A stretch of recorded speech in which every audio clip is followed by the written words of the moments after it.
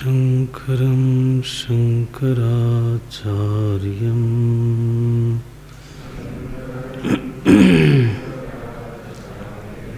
केशवं बादरायणं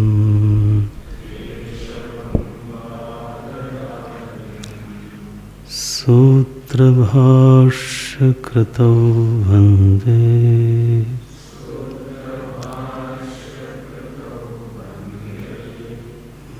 भगवन्तौ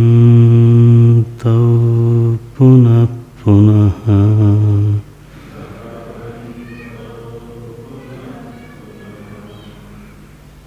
श्रुतिस्मृतिपुराणानाम्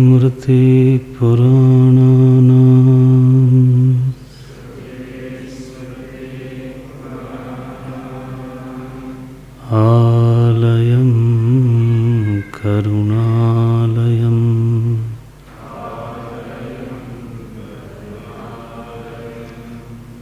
नमामि भगवत्पादम्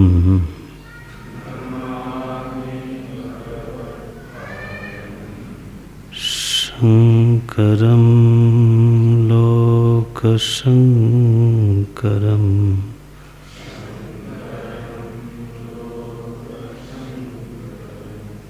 शङ्करं लोकशङ्करम्।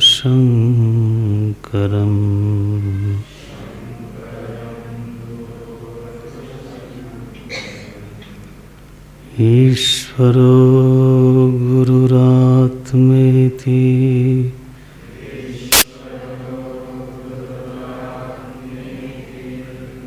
मूर्तिभेदविभागिने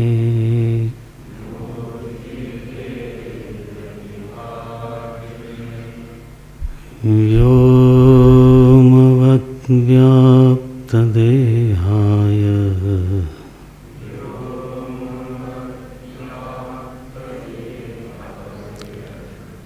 दक्षिणामूर्तये नमः।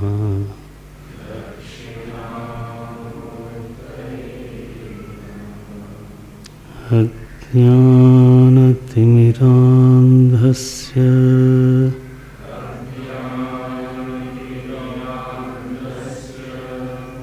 ज्ञानाञ्जनशलाकया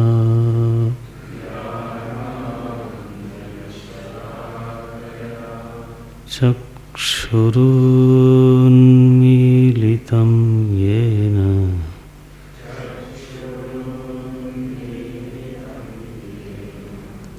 तस्मै श्री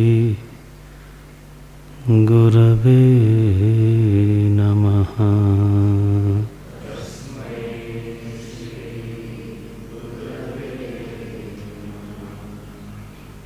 तस्मै श्री गुरवे नमः।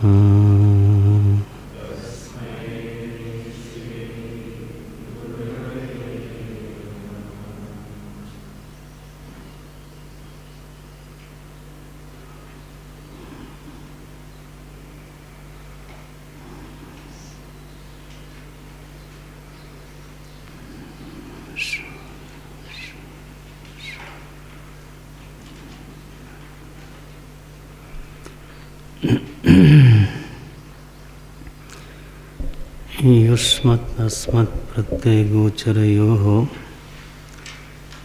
विषय-विषयिणोः तमप्रकाशवत् विरुद्धस्वभावयोः इतरेतरभावानुपपत्तौ सिद्धायां तद्धर्माणामपि सुतराम् इतरेतरभावानुपपत्तिः इत्यतः अस्मत्प्रत्ययगोचरे विषयिणी चिदात्मके युष्मत्प्रत्ययगोचरस्य विषयस्य तद्धर्माणां च अध्यासः तद्विपर्ययेण विषयिणः तद्धर्माणां च विषये अध्यासः मिथ्या इति भवितुं युक्तम्। तथापि अन्योन्यस्मिन् अन्योन्यात्मकताम् अन्योन्यधर्मांश्च अध्यस्य इतरेतर अविवेकेन अत्यन्तविविक्तयोः धर्मधर्मिणोः मिथ्याज्ञाननिमित्तः सत्यानृते मिथुनीकृत्य अहमिदं मम इदम् इति नैसर्गिको अयं लोकव्यवहारः आह कोऽयम् अध्यासो नाम इति उच्यते। स्मृतिरूपः परत्र पूर्वदृष्टावभासः तं केचित् अन्यत्र अन्यधर्माध्यासः इति वदन्ति, केचित् तु यत्र यदध्यासः तद्विवेक अग्रह निबन्धनो भ्रमः इति, अन्ये तु यत्र यद् अध्यासः तस्यैव विपरीत धर्मत्व कल्पनाम् आचक्षते इति। सर्वथापि तु अन्यस्य अन्यधर्मावभासताम् न व्यभिचरति, तथा च लोके अनुभवः शुक्तिका ही रजतवत् अवभासते। एकश्चन्द्रः सद्वितीयवत् इति। कथं पुनः प्रत्यगात्मनि अविषये अध्यासः विषय तद्धर्माणां सर्वो हि पुरोवस्थिते विषये विषयान्तरम् अध्यस्यति। युष्मत् प्रत्ययापेतस्य च प्रत्यगात्मनः अविषयत्वं ब्रवीषि। न तावत् अयमेकान्तेन अविषयः अस्मत् प्रत्यय विषयत्वात् अपरोक्षत्वाच्च प्रत्यगात्मक प्रसिद्धेः।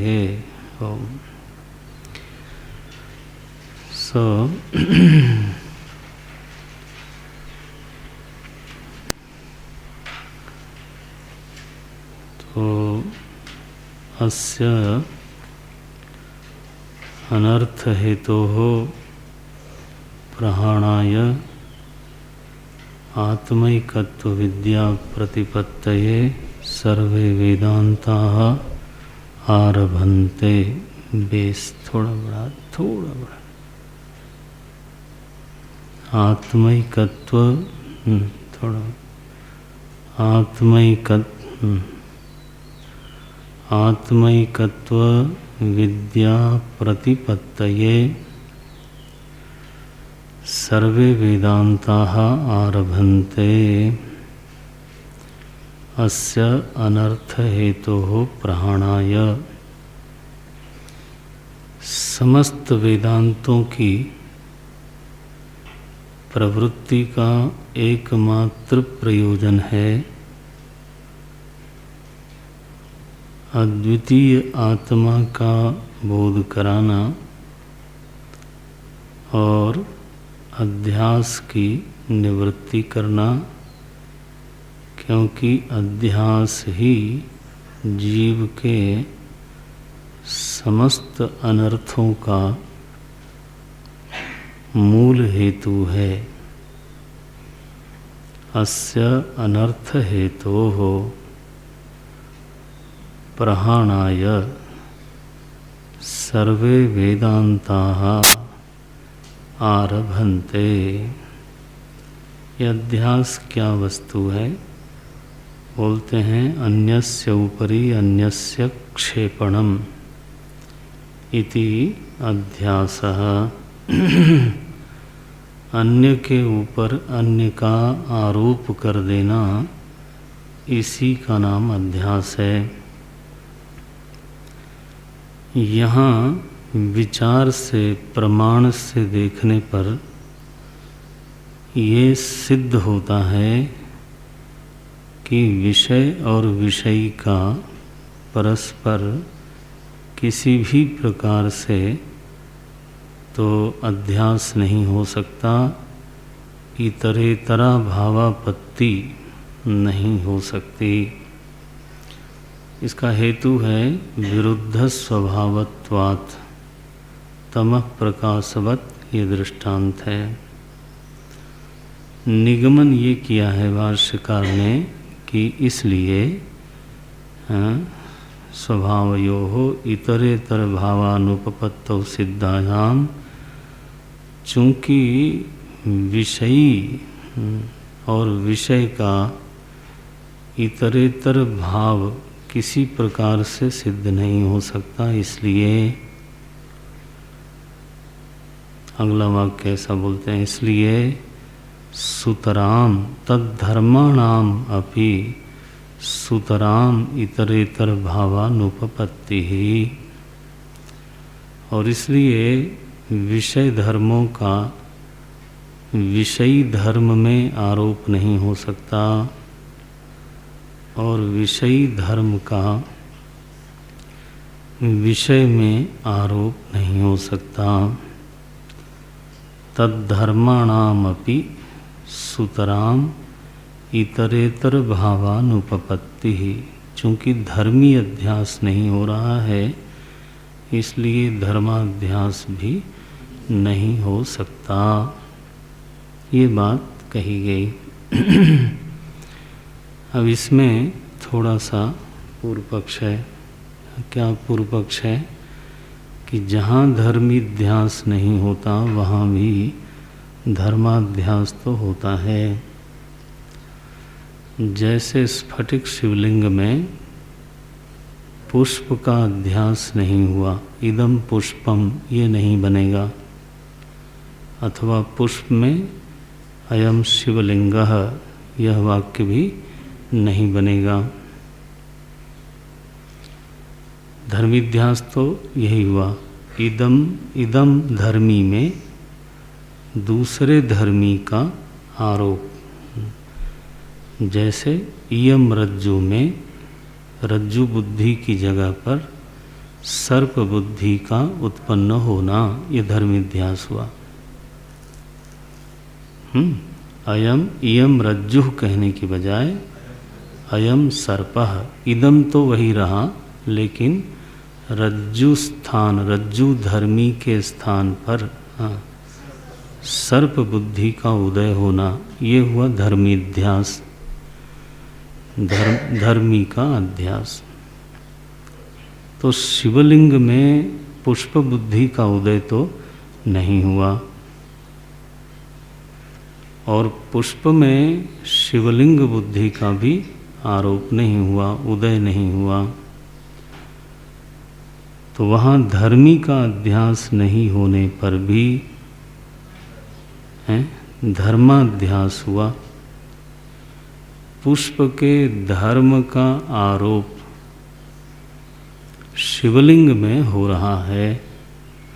तो ये जो तर्क है ना कि धर्मी का अध्यास नहीं होने से तद्धर्माणामपि, यही ना वाक्य, तद्धर्माणामपि सुतराम इतरेतर भावानुपपत्ति ही। ये वाक्य तो नहीं बनता। फिर स्थिति तो यही देखने में आती है कि धर्मी का अध्यास न होने पर भी धर्माध्यास संभव है। इसका निदान क्या है? इस पूर्व पक्ष का समाधान क्या है? क्या मतलब है कि यदि विषयी का विषय में अध्यास न हो अथवा विषय का विषयी में अध्यास न हो, तो भी विषय धर्म का विषय में अध्यास हो सकता है। तो इसका निदान क्या है? तो भामतीकार इसका निदान ऐसे बोलते हैं कि धर्माध्यास, ये निदान माने आप इस पर विचार करना। वो बोलते हैं जो धर्माध्यास है वो रूपवत वस्तु में रूप का ही होता है, हैं? ऐसा बोलते हैं। शब्द गंध रस हैं, इसका अध्यास नहीं देखा जाता, स्पर्श का भी अध्यास नहीं देखा जाता। तो जो धर्माध्यास है, ऐसा बोलते हैं, शिवलिंग में जो धर्माध्यास हुआ वो केवल रूप और रंग का हो सकता है, कदाचित रंग का ही होता है। तो रूपवत द्रव्य में रूप की छाया पड़ती है, ऐसा बोलते हैं। उन्होंने लिखा स्पर्श गंध रस शब्दानाम छाया कुतः। उसी पुष्प में स्पर्श भी है, लेकिन स्फटिक शिवलिंग में पुष्प का स्पर्श संक्रमित नहीं हुआ। ऐसे उसका जो रस है, स्वाद, वो संक्रमित नहीं हुआ, ऐसे बोलते हैं। तो चूंकि आत्मचेतन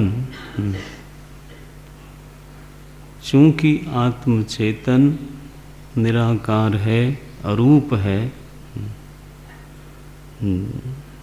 विषय शून्य है, माने इस तरह के शब्द स्पर्श आदि रूप रस गंध आदि से शून्य है, निर्गुण है, और इसलिए उसमें किसी धर्म की छाया नहीं हो सकती। शिवलिंग भी यदि अरूप होता तो पुष्प के रूप की भी छाया उसमें नहीं पड़नी थी। इस तरह का समाधान उन्होंने किया है।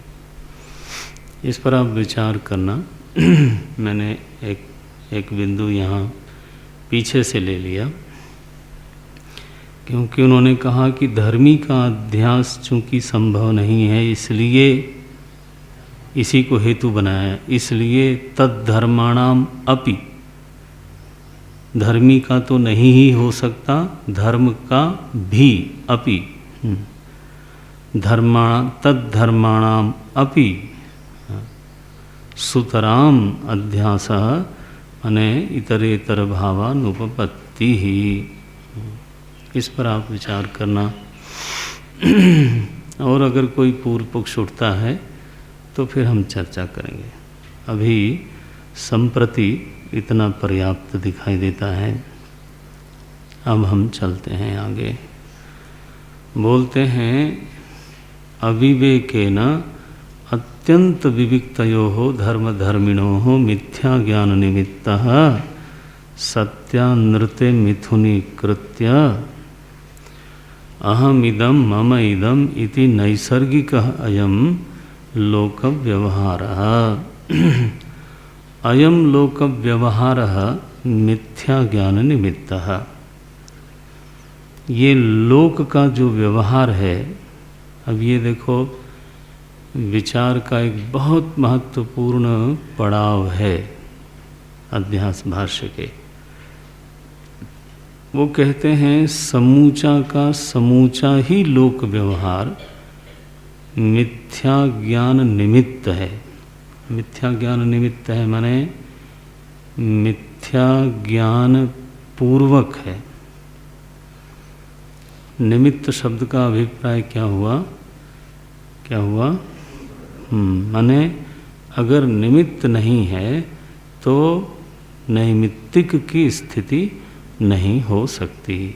निमित्त सदा पूर्व भावी होगा, ये बोलना चाहते हैं। निमित्त में सदा पूर्व भावित्व होता है, माने तद बिना नहीं हो सकता, अविना भाव है। लोक व्यवहार का मिथ्या ज्ञान के साथ अविना भाव है। ऐसा कोई व्यवहार नहीं हो सकता जिसमें मिथ्या ज्ञान अनुगत न हो। माने यथार्थ ज्ञान पूर्वक कोई व्यवहार होता हो, कोई भी व्यवहार होता हो, यह संभव नहीं है। व्यवहार मात्र मिथ्या ज्ञान पूर्वक ही होता है, ये कहना चाहते हैं। ये मिथ्या ज्ञान क्या है? बोले नैसर्गिक। क्योंकि अब इसमें कोई पूर्व भावी को स्वीकार नहीं करना है। नैसर्गिक कहने का अभिप्राय क्या है कि मिथ्या ज्ञान का कोई फिर से कारण खोजने की आवश्यकता है नहीं। मिथ्या ज्ञान का फिर से कोई पूर्व भावी है ना विद्यमान नहीं है। अनादि रूपत्वात् नैसर्गिक मिथ्या ज्ञान निमित्त लोक व्यवहार। बोले अब ये मिथ्या ज्ञान क्या वस्तु है वो बताइए। तो बोलते हैं मिथ्या ज्ञान का रूप है, पहचानना कैसे? बोले अहम इदम मम इदम इति मिथ्या ज्ञान निमित्त। इति मिथ्या ज्ञानम, मिथ्या ज्ञानम, यही मिथ्या ज्ञान है। भामतिकार अध्यास रूपा बोलते हैं। मिथ्या ज्ञान निमित्त मिथ्या ज्ञानम अध्यास रूपा, ये सब पर्यायवाची शब्द है।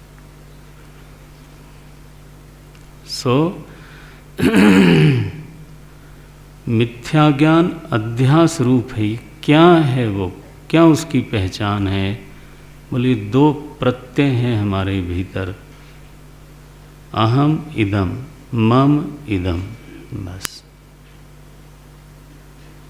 बस इन्हीं दो प्रत्ययों को लेकर के अनादि काल से तो हमारी प्रवृत्ति हो रही है, सारा व्यवहार हो रहा है। आगे भाष्यकार बोलते हैं शास्त्रीय और लौकिक दोनों ही व्यवहार इसी मिथ्या ज्ञान से, इसी दो प्रत्ययों को लेकर के होते हैं। प्रत्यय क्या है? ये अहम इदम, पहला प्रत्यय यही है। ये कैसे उत्पन्न हुआ? अहम इदम में घटक क्या है, फैक्टर्स क्या हैं, कंपोनेंट्स क्या हैं? बोलते हैं एक तो अहम है विषय और दूसरा है इदम विषय। देखो, और इनका क्या हुआ है? मिथुनी कृत्य। अहम इदम का मिथुन हुआ है, एक ही कृत्य। दोनों में अन्योन्यात्मकता हो गई। अहम को इदंता प्राप्त हो गई, इदंता को अहमता, आत्मीयता प्राप्त हो गई। अहम इदम मिथुनी कृत्य हैं। दोनों परस्पर अत्यंत विरुद्ध, दोनों विविक्त हैं।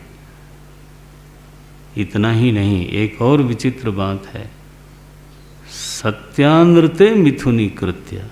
अहम सत्ता सत्य है और इदम जो विषय है वो अनृत है। यहाँ जो मिथुन है वो सत्य का सत्य के साथ नहीं है, समसत्ता में मिथुन भाव नहीं हुआ है, विषम सत्ता में मिथुन भाव हो रहा है।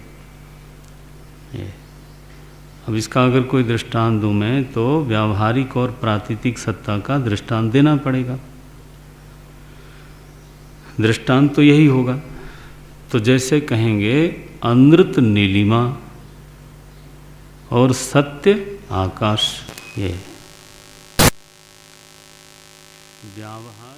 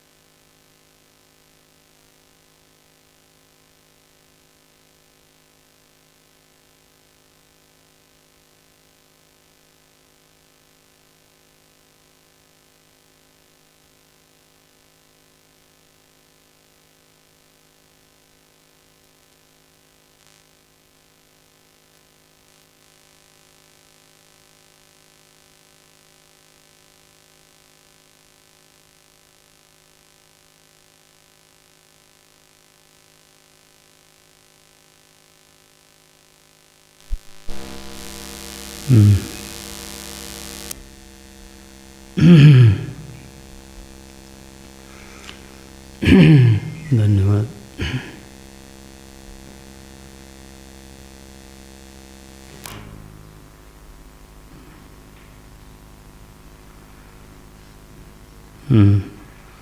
व्यावहारिक सत्य आकाश में जो प्रातीतिक सत्य है नीलिमा, उसका मिथुन भाव हुआ। देखो, तो हम क्या बोलेंगे? शब्द क्या बना? एक शब्द बना, नीला का नीला आकाश। ये देखो, मिथुन शब्द ऐसे बनता है, एक में दूसरे का एकीकरण हो गया, तो शब्द बना नीला आकाश। यद्यपि नीलिमा वहाँ अनृत है और जो आकाश है वो सत्य है। सो सत्यानृत मिथुनीकृत्य है। समसत्ताक में मिथुन भाव हुआ नहीं, विषम सत्ताक में मिथुन भाव हो गया। इसी तरह से विषयी परमार्थ सत्ता है। अहम परमार्थ सत्ता है, विषयी परमार्थ सत्ता है। अस्मत् प्रत्यय गोचर परमार्थ सत्ता है और युष्मत् प्रत्यय गोचर अनृत सत्ता है। विषय अनृत सत्ता है, इनका परस्पर एकीकरण हुआ, इनका परस्पर मिथुन भाव हुआ है। सत्यानृते मिथुनीकृत्य। कैसे परमार्थ सत्य है, इस विषय में सबसे बड़ा प्रमाण तो श्रुति ही है। सत्यम ज्ञानम अनंतम ब्रह्म। तो सृष्टि के पूर्व में भी आत्मा अस्ति, एकमेवाद्वितीयम् आत्मा एव इदमग्र एवाग्र आसीत् नान्यत् किंचन मिषत् न जायते म्रियते वा विपश्चित् नायं कुतश्चित् न बभूव कश्चित् अजो नित्यः शाश्वतोऽयं पुराणः न हन्यते हन्यमाने इति। आत्मसत्ता का जहाँ भी श्रुति में उल्लेख है तो वहाँ उसको सत्य कहा गया है। ध्यान रखना, यहाँ पर आत्मा को विषयी माने आत्मा, चिदात्मा। आत्मा को परमार्थतः अगर कुछ कहना है तो वो कहना चाहिए सत्य। ये सभी लक्षणों से बेहतर लक्षण है। सत्य माने क्या? अबाध्यत्यत्वम सत्यत्वम। सत्य का लक्षण है अबाध्यत्यत्वम। अबाध्यत्वम, चलो कर लो, छोटा कर। अबाध्यत्वम सत्यत्वम, जो किसी प्रकार से बाधित न होवे उसको बोलते हैं सत्य। मिथ्या का लक्षण क्या है? बाधितत्वम, बाध्यत्वम मिथ्यात्वम। जो बाधित हो जाए वो मिथ्या है। मुख्य रूप से माने एक लक्षण तो ये हुआ। दूसरा जो सहज सुबोध है वो है ज्ञान बाध्यत्वम मिथ्यात्वम। देखो, हम अलग अलग परिभाषाएं देते रहते हैं, वो सभी को ही याद रखना चाहिए। ज्ञान बाध्यत्वम मिथ्यात्वम, जिसकी सत्ता ज्ञान से बाधित हो जाए वह वास्तव में पहले से ही मिथ्या था। जैसे रज्जु में प्रतीयमान सर्प ज्ञान से बाधित हो जाता है, इसलिए वह जो सर्प था कौन सा? जंगल में देखा हुआ नहीं, रज्जु में देखा हुआ। रज्जु में देखा हुआ सर्प मिथ्या कहलाता है। हेतु क्या है? ज्ञान बाध्यत्वात्। त्वात् हेतु जब लगाएं, ज्ञान बाध्यत्वात्। अब देखो, जो इदम है वो बिल्कुल ही ज्ञान बाध्य है। बाध्य है, ज्ञान बाध्य है। दूसरा एक लक्षण है, यद्रूपेण यन्न निश्चितम तद्रूपेण तद्रूपेण एव अवतिष्ठते सत्यम, तद्रूपेण न अवतिष्ठते मिथ्या इति। ये आप पढ़ चुके हैं ये परिभाषा। यद्रूपेण यद्रूपेण निश्चितम तद्रूपेण न अवतिष्ठते इति मिथ्या। ये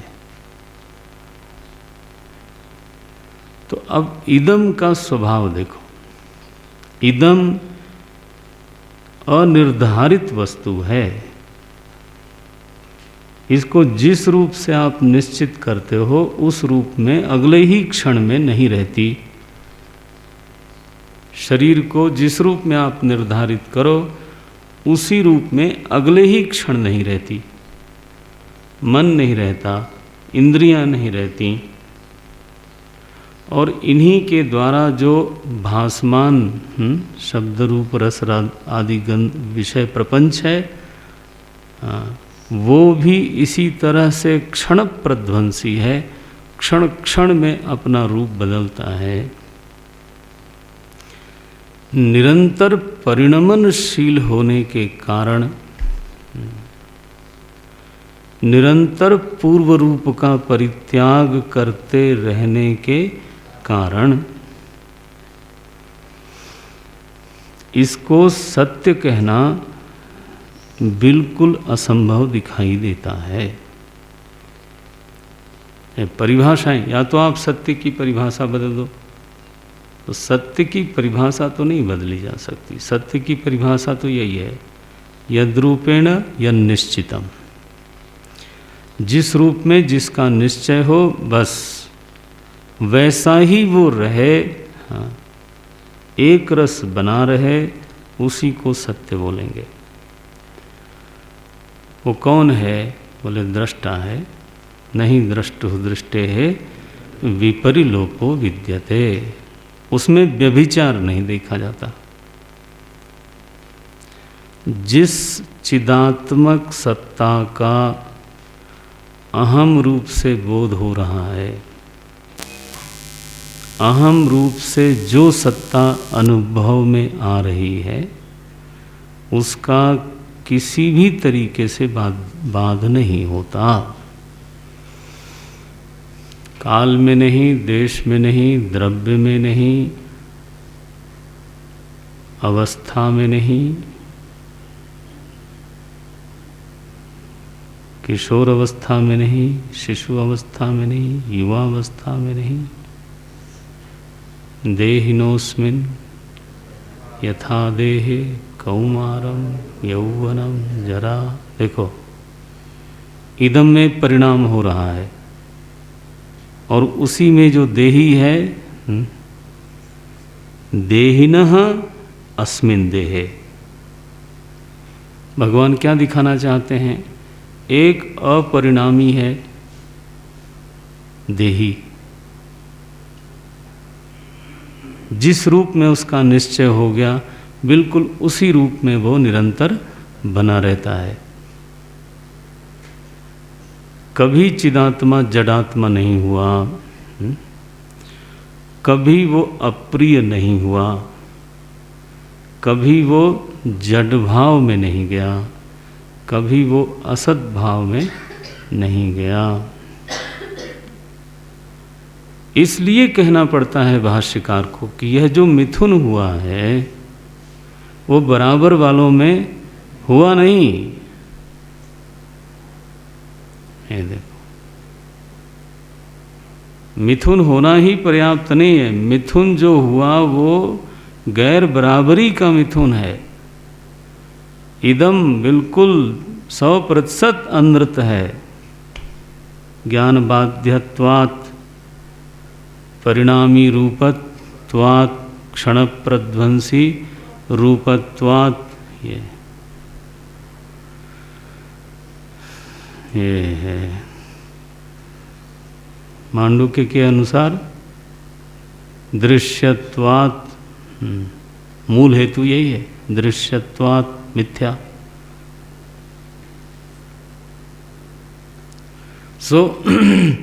इदम जैसे नीला आकाश, वैसे अहम इदम, ये प्रत्यय उठ गया ना। आकाश सत्य, नीलिमा मिथ्या, उसमें एकीकरण हुआ और शब्द बोला जा रहा है नीला आकाश, जबकि आकाश में नीलिमा का अत्यंताभाव है। तो यह जो नीलिमा है वो स्वरूपाध्यास है। ठीक है ना, आपको पकड़ में आया? स्वरूपाध्यास माने नीलिमा त्रिकाल में असत है। फिर उस असत नीलिमा का संसर्ग हो रहा है किसके साथ? आकाश के साथ। तो संसर्गाध्यास हुआ और उस नीलिमा का ज्ञान हो रहा है, असत नीलिमा का ज्ञान हो रहा है, सो ज्ञानाध्यास भी है। तो 3 तरह के अध्यास हो करके फिर मिथुनी भाव हुआ, संसर्गाध्यास से मिथुनी भाव हुआ और प्रत्यय का निर्माण हुआ, भ्रम प्रत्यय का निर्माण हो गया। क्या निर्माण हुआ? नीला आकाश, नीलम गगनम। लो, यह जो प्रत्यय है ना, नील गगन, यह भ्रम रूप है, यह अध्यास रूप है। ये न समझना ये कविता है वेदांती लोग इसको 1 नंबर का भ्रम कहते हैं और इसमें सत्यानृत ही है। ये मिथुन जो हुआ है वो भी सत्यानृते मिथुनी कृत्य हुआ है। अच्छा, ये तो रहा दृष्टांत। दार्ष्टान्त इधर है।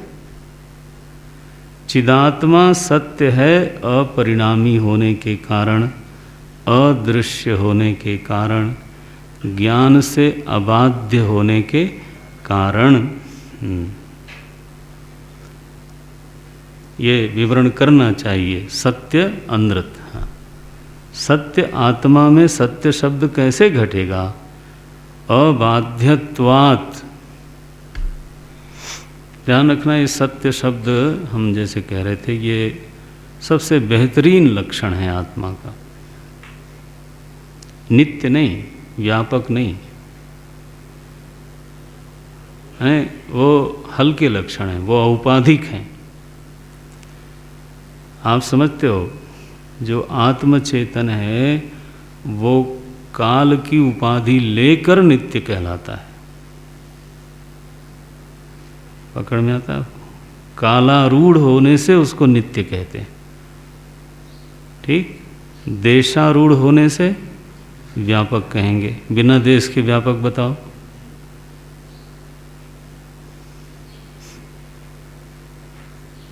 और द्रव्यारूढ़ होकर के सर्व कहते हैं।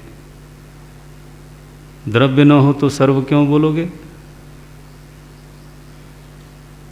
ठीक हुआ? सो आत्मचेतन अथवा ब्रह्मचेतन जो भी कह लो, असल में उसको नित्य कहना, व्यापक कहना, सर्व कहना इतना पक्का लक्षण नहीं है। ये तो औपाधिक है।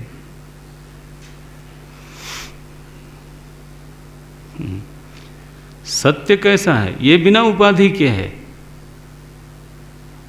सत्य जब कहा जा रहा है तो उसमें केवल इतनी बात है कि यह अबाध्य है, किसी प्रकार से उसका बाद नहीं हो सकता। इसलिए सत्य शब्द का लक्षण देखना, अबाधितत्वम सत्यत्वम।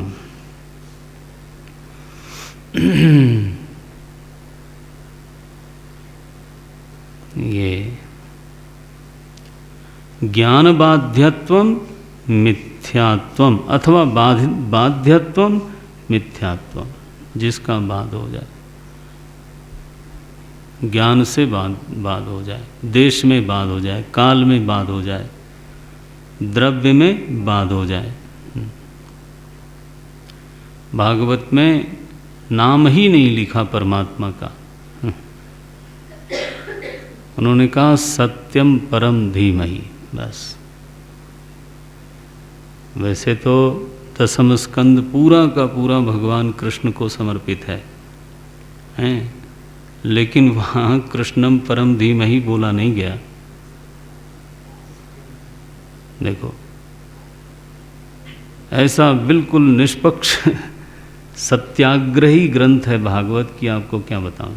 ये तो दूसरे लोगों ने बहुत ज़्यादा आग्रह कर दिया। वो भागवत पुराण है, कृष्ण पुराण नहीं है। तो उसमें नरसिंह भगवान भी हैं, वामन भगवान भी हैं, कौन नहीं है वहाँ? वहाँ तो जो शुद्ध परमात्म तत्व है, धामना स्वेन सदा निरस्त कुहकम सत्यम, ऐसा है।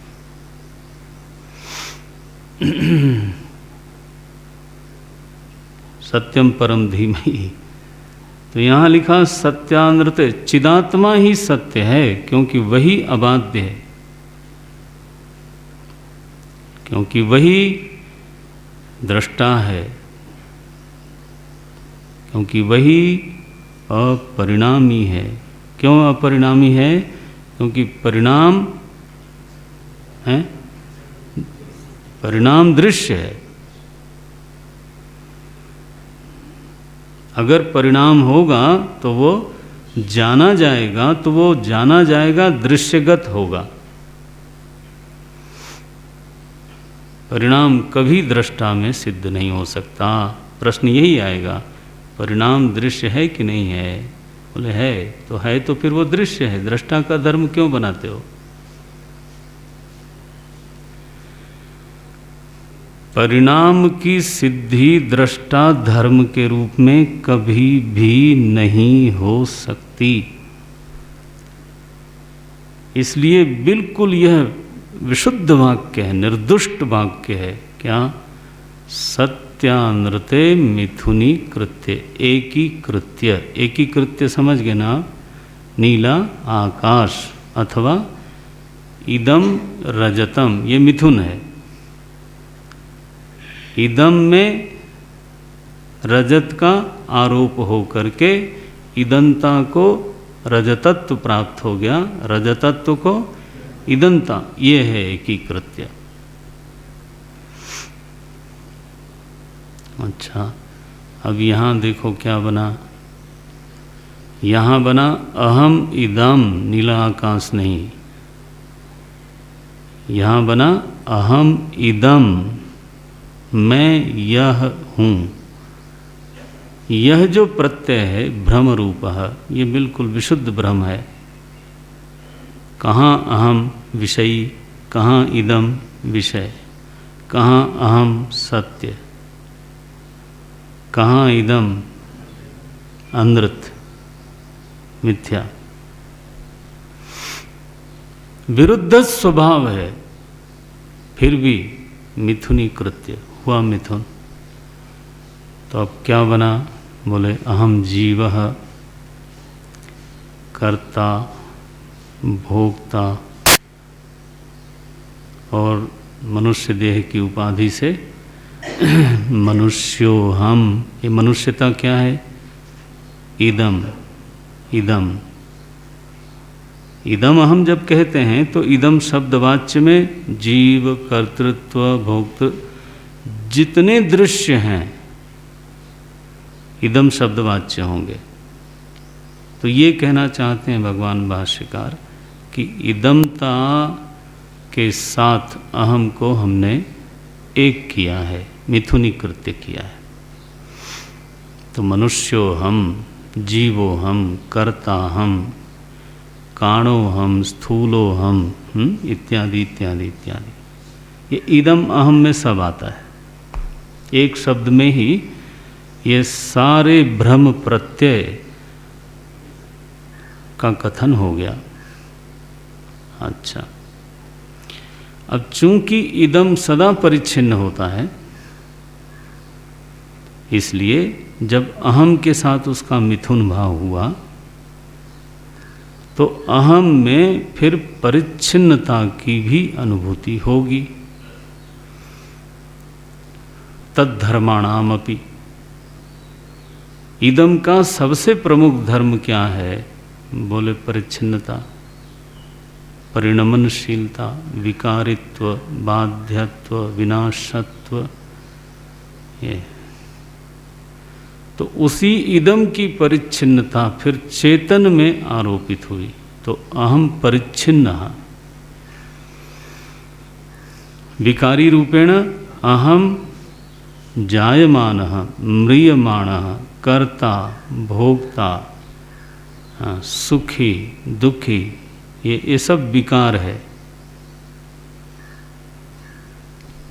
कस्य धर्मः? इदमस्य धर्मः, विषयस्य धर्मः। अहमी आरोप्यन्ते, अहम में ही आरोपित हो जाते।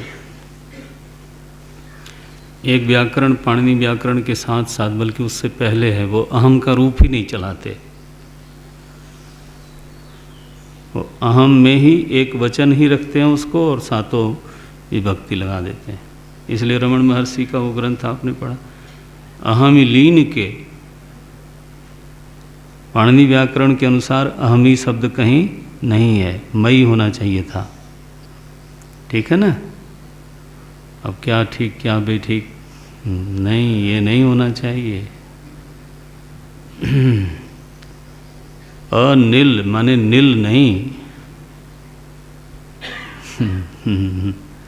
ये ध्यान रखो।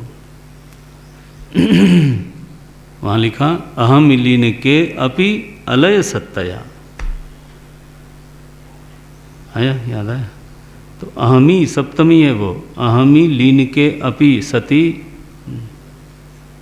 तो अहमी, वो कहते हैं कि अहम का बहुवचन कैसे हो सकता है? अहम तो हमेशा एक ही रहता है। अहम का द्विवचन कैसे हो सकता है? इसलिए अहम आवाम की बात गलत है। आया पकड़ में? तो इसलिए वहाँ अहम शब्द हलंत्यंत है और इसलिए सप्तमी में अहमी बन जाएगा। ऐसे चलो, ये तो व्याकरण की बात है। तो बोलते हैं अहम इदम, अहम परिच्छिन्न। जब ससीम अहम की अनुभूति हुई, इदम अहम मने, अहम इदम मने ससीम अहम की अनुभूति, विकारी अहम की अनुभूति, परिणामी अहम की अनुभूति। बस ये अध्यास रूप है। माने अहम में जब भी विकार की अनुभूति होती है, उस समय आप जांच करके देख लो, उसमें इदम जरूर घुसा बैठा होगा और उसी के विकार के कारण अहम में विकार का अनुभव हो रहा होगा।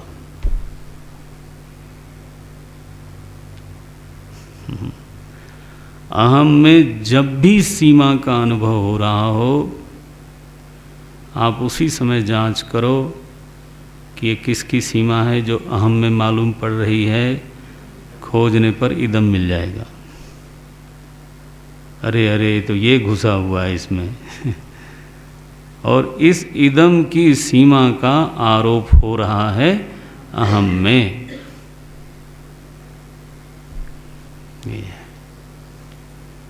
सो अहम इदम, अहम इदम, अहम इदम, ये अध्यास रूप हो गया। अब इसका अगला प्रत्यय क्या है? बोले अगला प्रत्यय ये है कि मम इदम। इसकी क्या जरूरत है? अकेले ही काफी नहीं था क्या? हैं? अब इस दो की जरूरत है? जब अहम इदम आपने कह दिया तो पर्याप्त नहीं हुआ। अभी ये मम इदम कहने की क्या जरूरत पड़ गई? बोले खिचड़ी ही इसी तरह की बनी है, क्या करा जाए। हम तो वही कह रहे हैं जो हुआ पड़ा है। इस शरीर में देखो, मनुष्यो हम, ये तो धर्मीय अध्यास हुआ, क्योंकि शरीर मनुष्य का है, इसलिए ये अहम में, हाँ, अहम में चिदात्म बुद्धि की बजाय मनुष्य चढ़ बैठा, जैसे सुक्तिका के स्थान पे रजत। ठीक हुआ। तो मनुष्यो हम, ये हम बोलते हैं, मैं मनुष्य हूँ। और फिर क्या बोलते हैं, ये मेरा देह है। अब ये क्या हुआ, अहम का भी आश्रय वही बन रहा है और मम का आश्रय भी वही बन रहा है। इदम ही अहम और इदम ही मम। देखो कैसा शब्द बन रहा है, अहम इदम मम इदम। ये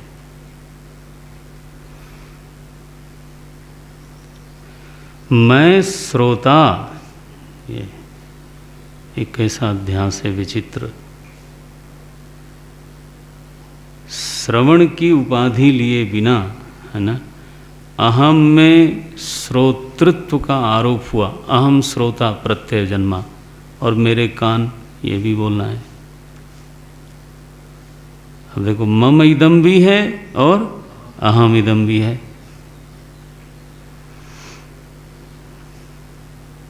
ये डबल गांठ बोलते हैं इसको।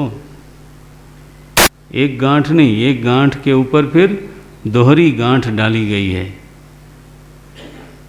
धर्मी अध्यास होकर के फिर धर्माध्यास भी हुआ है।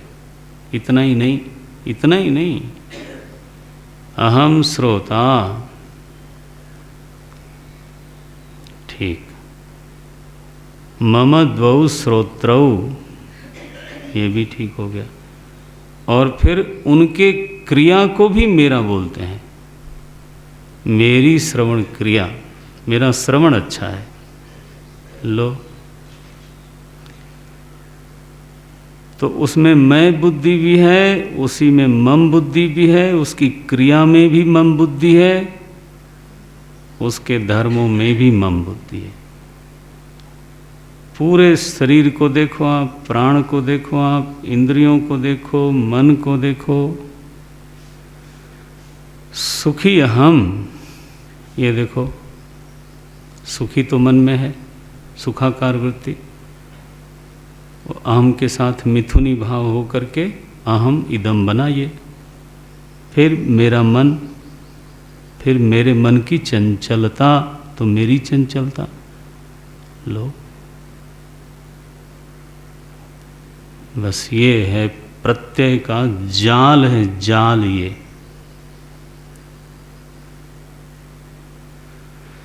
नारायण, भयंकर जाल है, आई टेल यू। छूट न अधिक अधिक अरुझाई, श्रुति पुराण बहु कहे उपाई। ध्यान से देखने से लगता है कि अरे रामा रामा रामा, यही तो बस रोग है। अहम में घुसा इदम और फिर उसमें मम भी जुड़ा, क्या किया जाए। ये मम का काम यहाँ रुकता नहीं है।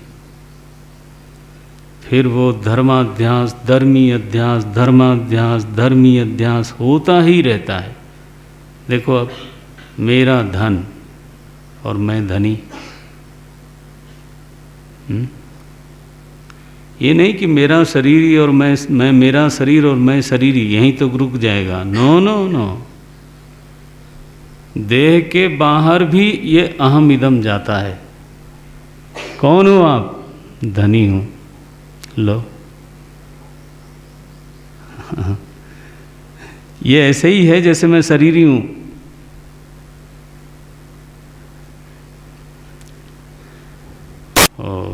फिर धन मेरा, देखो मम भी है, मम इदम, वही धन, मेरा है, और उसी धन का जो प्रभाव है वो मैं पे चढ़ा, मैं धनी।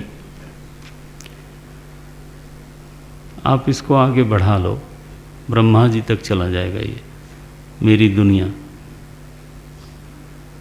और आप कौन हो? बोले ब्रह्मांड व्याप्त देहाय। हाँ, ये मेरा यही विग्रह है।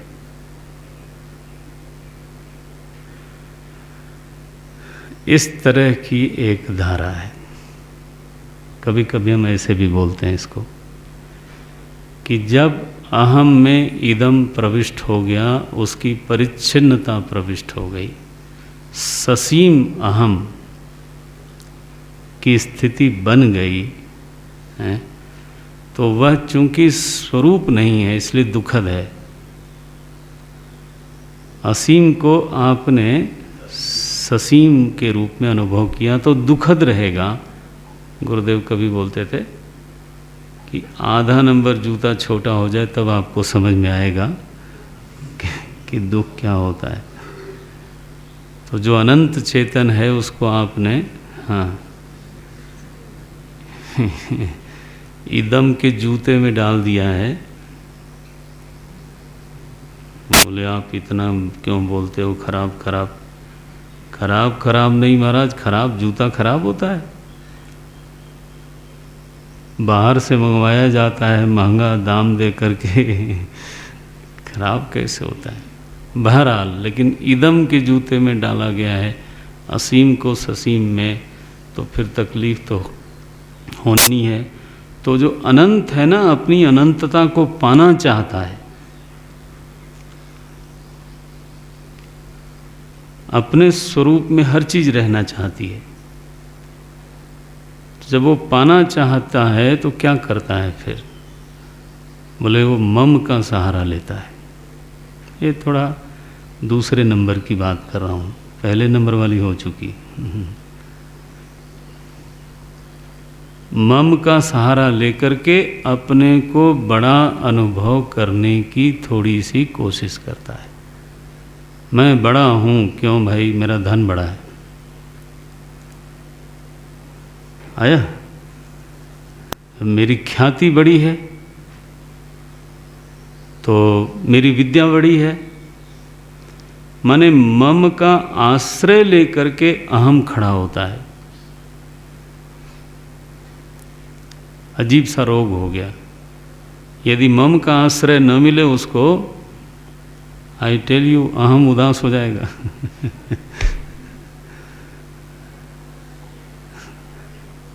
गिर जाएगा ये मत बोलना, उदास हो जाएगा, दीन हो जाएगा, हीन हो जाएगा। He will suffer from inferiority complex. हाँ, और जब उसको मम का सहारा मिलता है तो देन ही suffers from superiority complex. Always it remains in complexes, either in inferiority complex, either in superiority complex. उसको मम चाहिए। अहम इदम बिना मम इदम के बिल्कुल रह नहीं सकता, आई टेल यू। इसलिए दोनों प्रत्यय को एक ही साथ चलना है। क्या? अहम इदम मम इदम। इसलिए भाष्यकार जहाँ जहाँ इस प्रत्यय का उल्लेख करेंगे दोनों का करेंगे। अहम एशाम, हाँ, मम बिना वो नहीं चलेगा। अहम एशाम मम एते।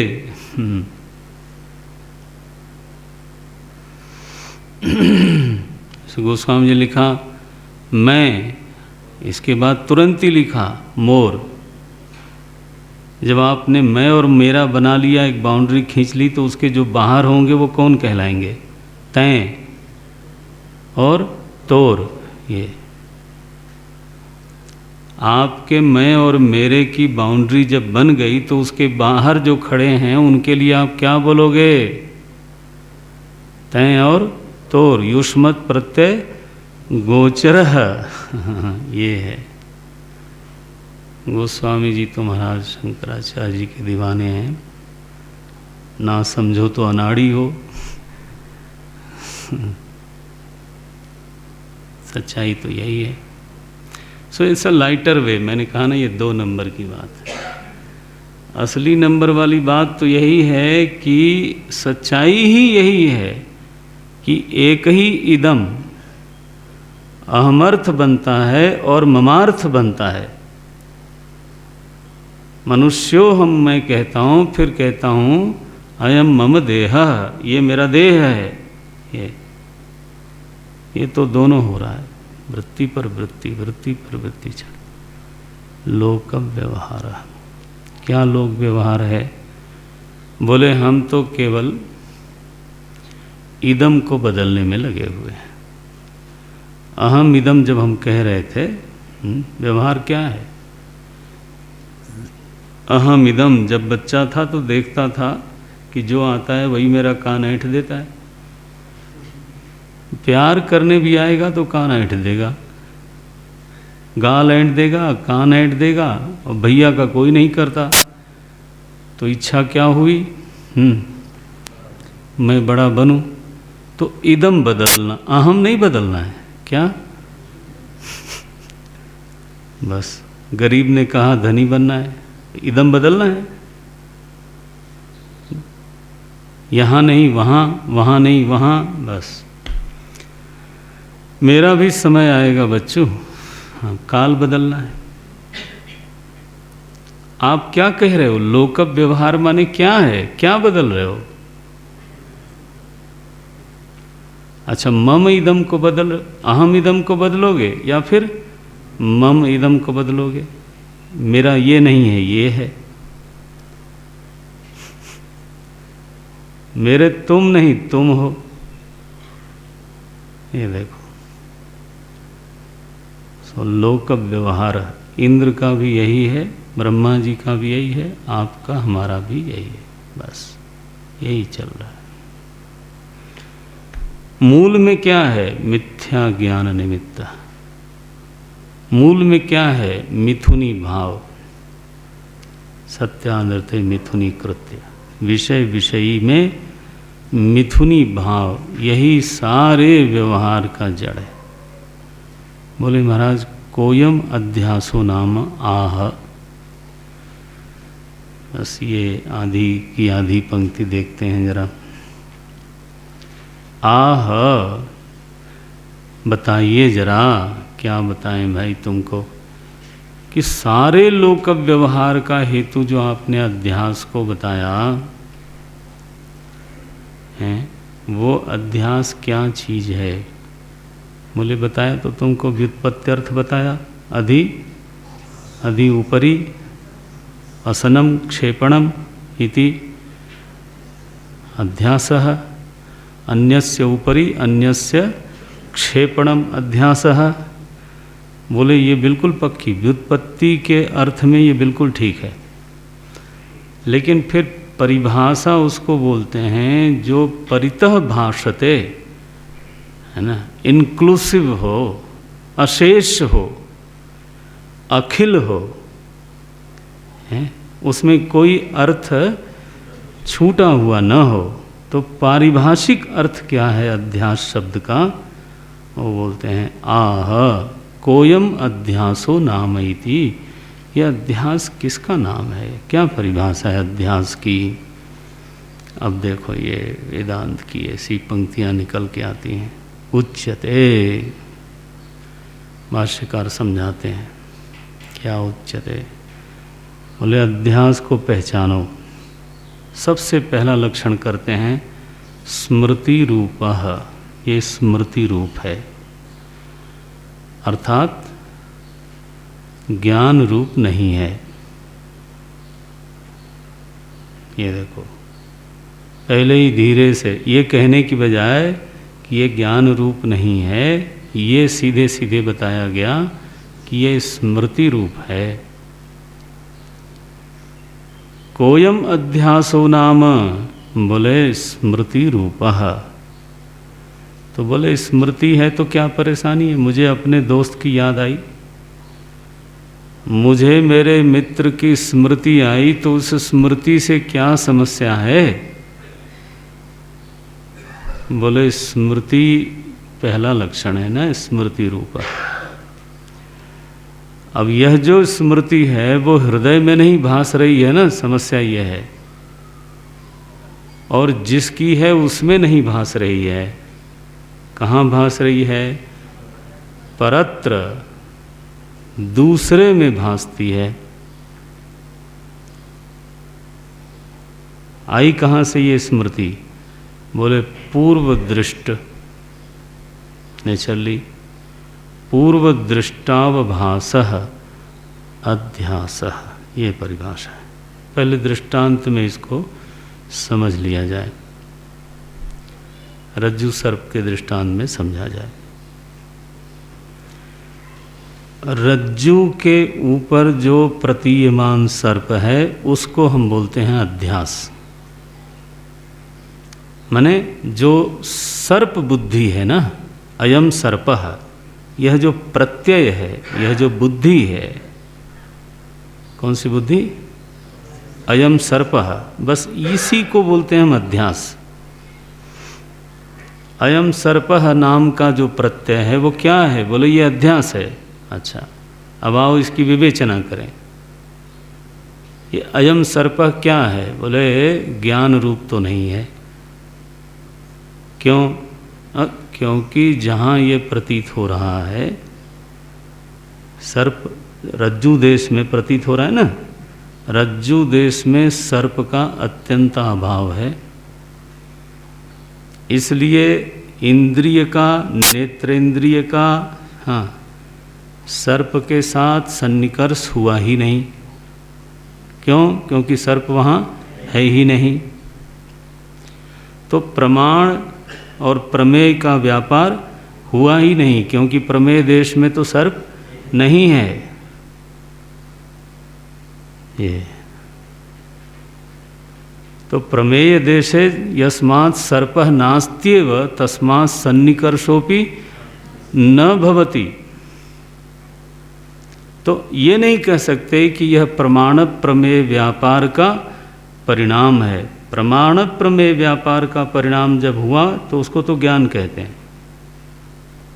लेकिन चूंकि प्रमेय देश में सर्प अनुपस्थित है, इसलिए प्रमाण प्रमेय व्यापार नहीं हुआ, इसलिए उसको ज्ञान रूपः नहीं कह सकते। चलो, पहली बात तो ये हो गई। तो फिर प्रतीत तो हो रहा है, तो प्रतीत हो रहा है तो कहाँ है? बोले प्रमेय देश में तो नहीं है। कहाँ है? बोले प्रमाता देश में है। सर्प कहाँ है? प्रमाता देश में है। वहीं है जहाँ प्रमाता है। प्रमाता देश और सर्प देश में भेद किधर है? बताओ, कौन है उसका भेद करने वाला? जहाँ प्रमाता बैठा है, हाँ, वहीं सर्प बुद्धि है।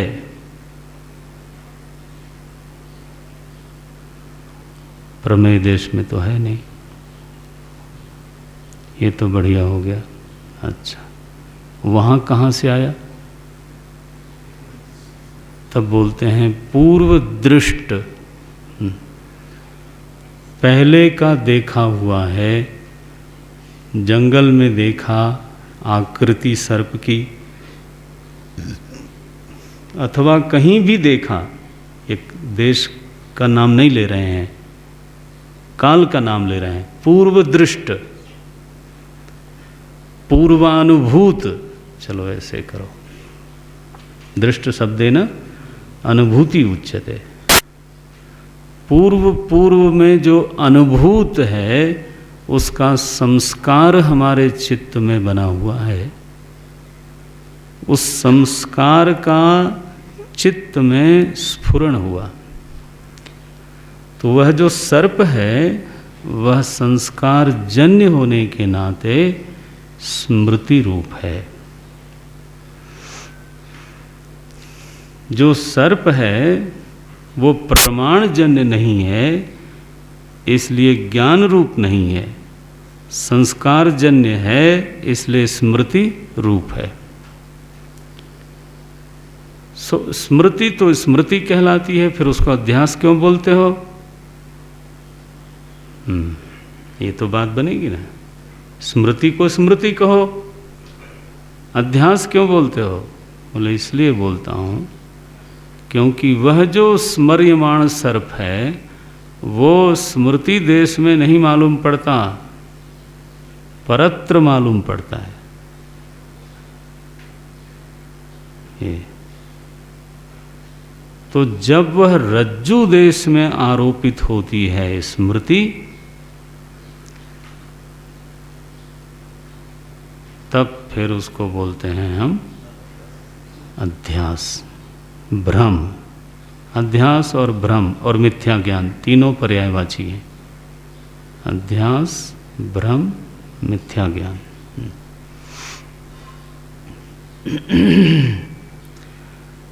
इसमें व्युत्पत्ति क्या बनेगी? अधि असनम क्षेपणम। हाँ, तो परत्र शब्द से वो अधि का नाम ले रहे हैं, किसी के ऊपर। अच्छा मान लो कि वहाँ सच में सर्प है, थोड़ी देर के लिए विवेक करो, सच में वहाँ सर्प है। अब सर्प को देख करके सर्प बुद्धि का जन्म हुआ और पहचान हो गई, अयम सर्प है, ये सर्प है। क्या सर्प है? माने आपने पहली बार देखा होता जंगल में, जहाँ कभी नहीं जाना होता कि सर्प क्या चीज़ है, तो आपके मन में ये बुद्धि आती कि अयम सर्प है। आपको यही लगता कोई जीव है, कोई जानवर, कोई प्राणी है। तो जब आप अयम सर्पः बोलते हो, सर्प में सर्पः बोलते हो, तब भी स्मृति शामिल है उसमें। हाँ, क्योंकि पूर्व दृष्ट सर्प, पहले का देखा हुआ सर्प आप जानते हो, तत्सदृश होने के नाते आपको प्रत्यभिज्ञा होती है कि यह भी सर्प है। ये पहचान होती है। किसी को देख के जब आप बोलते हो ये मनुष्य है, तो इसमें केवल ज्ञान नहीं है, इसमें स्मृति भी है। पहचान वृत्ति का उदय जब भी होता है, तब उसमें ज्ञान प्लस स्मृति जरूर होती है। अरे ये तो वही है, मैं तो आपसे मिल चुका हूँ, देखो। तो जब आप किसी को पहचानते हो, वहाँ पीछे से स्मृति आती है और सामने से ज्ञान आता है। ज्ञान और स्मृति मिलकर के ही पहचान बनती है, उसको हम बोलते हैं प्रत्यभिज्ञा। नौ, प्रत्यभिज्ञा में और भ्रम में क्या अंतर है ना? भेद है ना? प्रत्यभिज्ञा में प्रमेय देश में प्रमेय वस्तु है, ठीक है, और उसके साथ प्रमाण व्यापार हुआ, प्रमेयगत अज्ञान की निवृत्ति हुई और तदाकार वृत्ति बनी, और फिर पीछे से स्मृति आई। कहाँ आई? वहीं आई जहाँ पर वो प्रमेय था। तो सर्प की सर्पदेश में जब स्मृति आती है, तब तो वो प्रत्यभिज्ञा कहलाती है। लेकिन सर्प की जब रज्जु देश में स्मृति आती है, हाँ, तब भ्रम कहलाता है। इसका क्या अर्थ हुआ कि परत्र माने पर में, ये परत्र शब्द का महिमा देखना। स्मृति कहाँ जानी चाहिए? स्व में नहीं, पर में जानी चाहिए। किसी अन्य में, पर माने अन्य। हाँ, तो अध्यास तब बनता है जब स्मृति स्वदेश में होने की बजाय परदेश में होती है। सो मनुष्य में मनुष्यत्व की स्मृति आने में कोई समस्या नहीं है। देवदत्त में देवदत्त की स्मृति आवे तो उसको हम प्रत्यभिज्ञा कहते हैं, उसको स्मृति तो नहीं बोलेंगे, ध्यान रखना। हाँ हाँ, स्मृति तो तब होगी जब आप आंख बंद करके हैं देवदत्त का स्मरण करो, मित्र का स्मरण करो, तब तो वो शुद्ध रूप से स्मृति है। लेकिन स्मृति जब प्रत्यक्ष में जाके जुड़ती है, और वो प्रत्यक्ष क्या होता है, जिसकी स्मृति है उसी में जाके जुड़ती है, तब उसको बोलेंगे प्रत्यभिज्ञा। लेकिन स्मृति जब परदेश में जुड़ती है जाके, वाह, परत्र जब जुड़ती है तब उसको बोलते हैं भ्रम। ये हुआ। तो अब स्मृति के 3 क्षेत्र हो गए, एक तो हृदय में ही, और एक हुई स्वदेश में, और फिर एक हुई परदेश में। तो अध्यास तब बनेगा जब वो परत्र होगा। अब देखो इसमें एक कामा भी हिला नहीं सकते, ऐसी परिभाषा है। अब इसमें मुख्य शब्द क्या है, अवभासः अध्यासः, बस इतना ही शब्द है। वैसे तो अप्रतीति को अध्यास नहीं कहते। अवभासः माने प्रतीति को स्वीकार किया जा रहा है, अवभासः माने प्रतीति ही। हाँ, ये बहुत जरूरी है। भामतीकार ने कहा अवसन्न आभासः।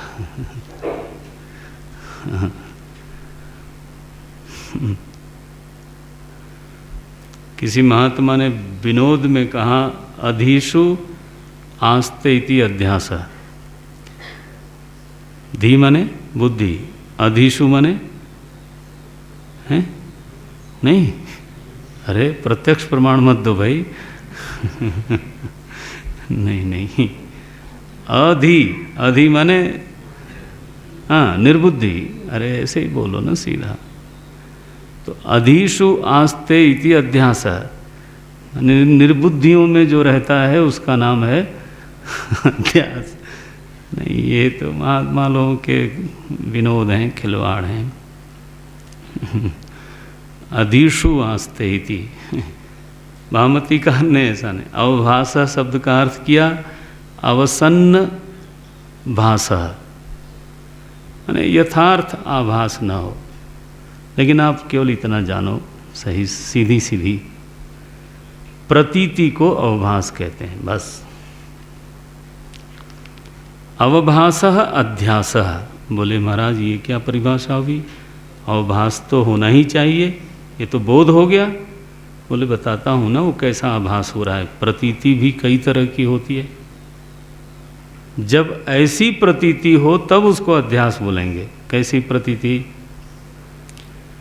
पूर्व दृष्ट हो, चलो पहले से चलते हैं, स्मृति रूप हो लेकिन परत्र हो।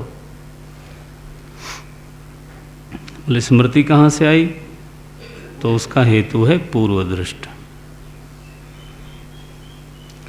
पूर्व दृष्ट स्मृति रूपः परत्र अवभासः अध्यासः। ये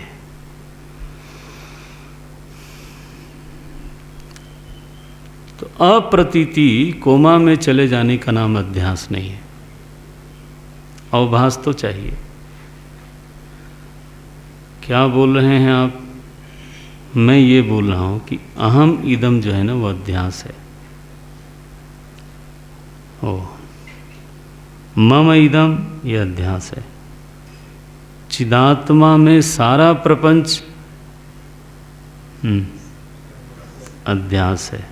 अच्छा, क्या मतलब है, क्या मतलब है? ये मतलब है कि जहाँ आपको ये भास रही है वहाँ उसका अत्यंता भाव है। ये है लक्षण। ये लक्षण जब घटाओगे ना, एक एक परत जब खोलोगे, अपने आप ही खोलना पड़ेगा, इतना बोला नहीं जा सकता।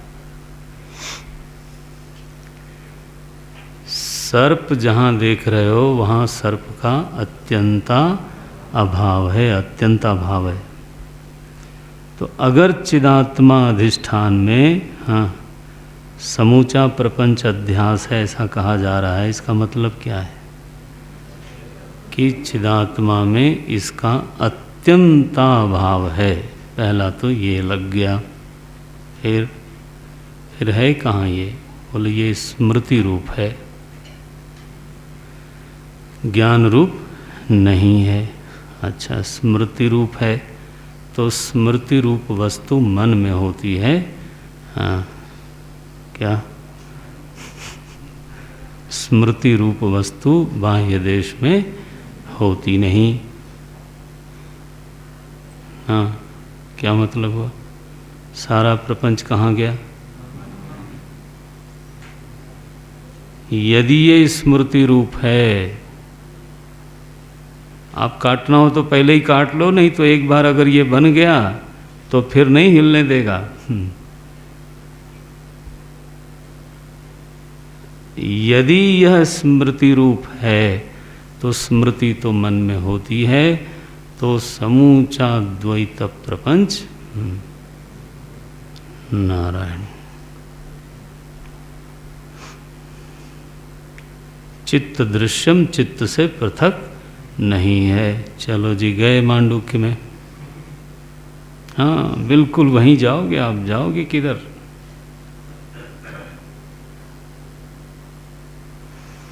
न ततः पृथक स्मृति रूपत्वात्। ओम नारायण नारायण नारायण नारायण। विश्वं दर्पण दृश्यमान नगरी तुल्यं निजांतर्गतम स्मृति रूपत्वात्। आया?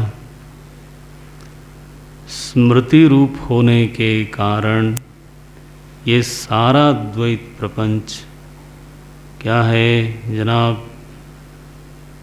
गए जनाब स्मृति निजांतर्गतम पश्यन्नात्मनि मायया बहिः इव उद्भूतम यथा निद्रया। ये बहिः इव सर्पः कुत्र अस्ति? मनसि, किंतु कुत्र उद्भूतम इव? रज्जुदेशे।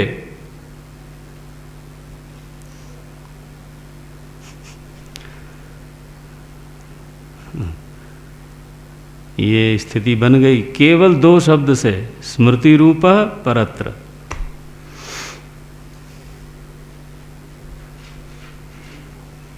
बोले महाराज स्मृति तो बिना पूर्वानुभूत के स्मृति तो आती नहीं। क्या? तो पूर्वानुभूत तो हुआ होगा ये जगत। तो बोले पूर्वानुभूत तो जरूर हुआ, पूर्व दृष्ट तो मैं बोल ही रहा हूँ, लेकिन पहले भी जो देखा आपने वो ऐसे ही देखा। पहले जो देखा वो भी ऐसे ही देखा। परत्र स्मृति रूप है, तो पूर्व पूर्व के संस्कार उत्तर उत्तर के प्रक्षेपण में हेतु बनते हैं। ठीक है? पूर्व पूर्व की अनुभूति के संस्कार उत्तर उत्तर के स्मृति में हेतु बनते चले जाते हैं, और इस तरह से ये अनादि अखंड प्रवाह चलता चला जा रहा है।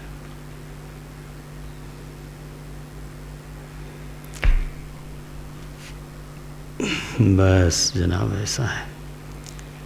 पूर्वानुभूत होने से कोई चीज़ सत्य हो ये जरूरी नहीं है, अथवा स्मृति होने से कोई चीज़ सत्य हो ऐसा जरूरी नहीं है। मिथ्या की भी स्मृति तो आ ही सकती है। मिथ्यानुभूति के भी संस्कार बनते हैं और उन संस्कारों से स्मृति बनती है। इसलिए नारायण, इसलिए इस एक शब्द में, एक परिभाषा में भगवान भाष्यकार ने स्थिति बता दी, और गोस्वामी जी ने कहा कि ऐसा ही है। अब ब्रह्मसूत्र पढ़ाते समय गोस्वामी जी को याद करता हूँ। रजत सीप मह भास जिमी, यही दृष्टांत है। इदम रजतम, रजत सीप मह भास जिमी, जथा भानु करवारी, जदपि मृषा तिहु काल महु। ध्यान रखना, स्वरूपाध्यास है ये। जदपि मृषा तिहु काल महु, भ्रम न सकौ कौटारी। एही विधि, ध्यान रखना इस पंक्ति पर, एही विधि जग हरि आश्रित रही। कथम, जैसे रजत सीप में, ऐसे जगत हरि में। अहम कहने की बजाय हरि कहा, बस इतना ही फर्क है। यद्यपि असत्य ये बोल दिया, देत दुख है। ये गोस्वामी जी का अध्यासवाद है। मैंने कहा ना, खूब पढ़िए वेदांत, फिर मानस पढ़िए, आपको बहुत मजा आएगा, विश्राम मिलता है। सिद्धांत की शुद्धि पूरी मिलेगी आपको, और ये जो भाषा क्लेश है, हाँ, वो नहीं मिलेगा। तो भाषा क्लेशा भावानुपपत्ति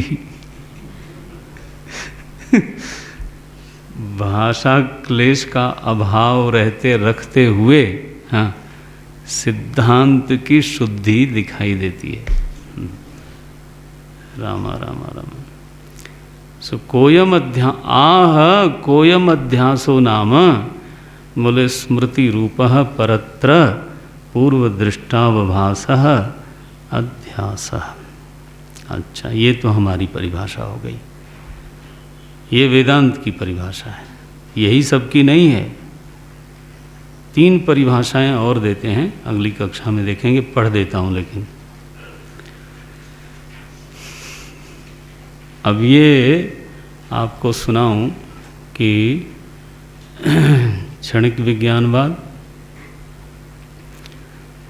नैयायिक,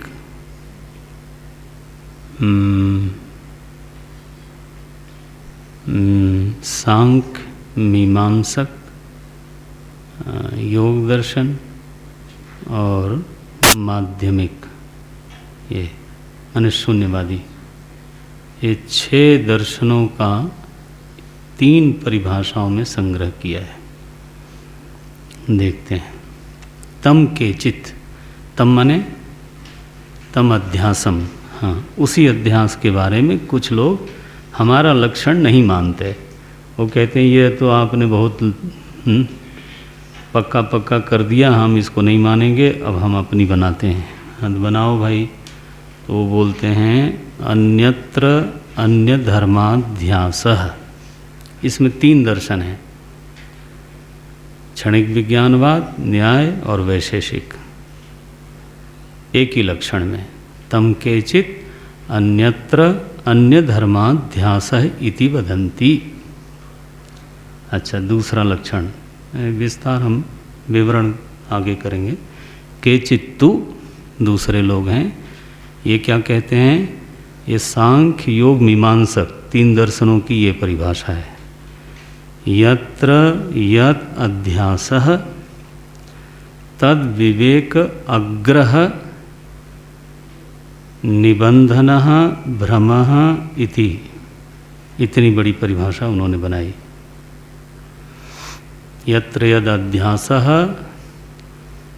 तद विवेक अग्रह निबंधनो भ्रमः इति। 6 हो गया, 6 दर्शन हो गए। 7वां है शून्यवाद। अन्येतु यत्र यद अध्यासः तस्यैव विपरीत कल्पनाम आचक्षते इति। ये 3 परिभाषाएं हैं 7 दर्शनों के लिए, और 8वां अद्वैत वेदांत का। जो हमारी पहली परिभाषा थी वो हमारी है अद्वैत वेदांत की। तो इस विवाद में नहीं पड़ते कि किसके अध्यास की परिभाषा ठीक है।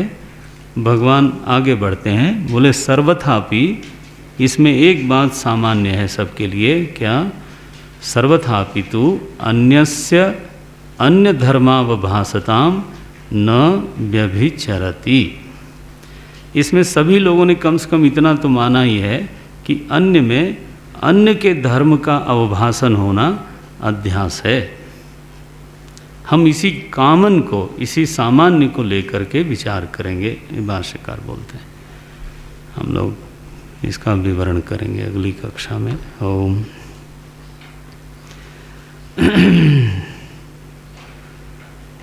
ओम पूर्णमदः पूर्णमिदं पूर्णात् पूर्णमुदच्यते पूर्णस्य पूर्णमादाय पूर्णमेवावशिष्यते।